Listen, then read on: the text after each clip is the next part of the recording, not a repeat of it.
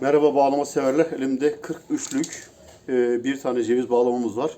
Öğrenci serisi olarak üretilmiş ama çok keyifli, muazzam bir sesi ve sound'a sahip.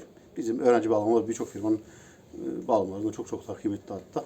Böyle kenarında da ufak bir dönüşümün olduğu, ses çıkış kafeslerinin altta ve üstte olduğu, ak yürüyen bir klavye üzerine de kenar çıta dönüşümlerini yapılıp, boydan boya yapılıp, şimşir burguyla tamamlanan bağlama. La karar bir ton çektim sevgili dostlar.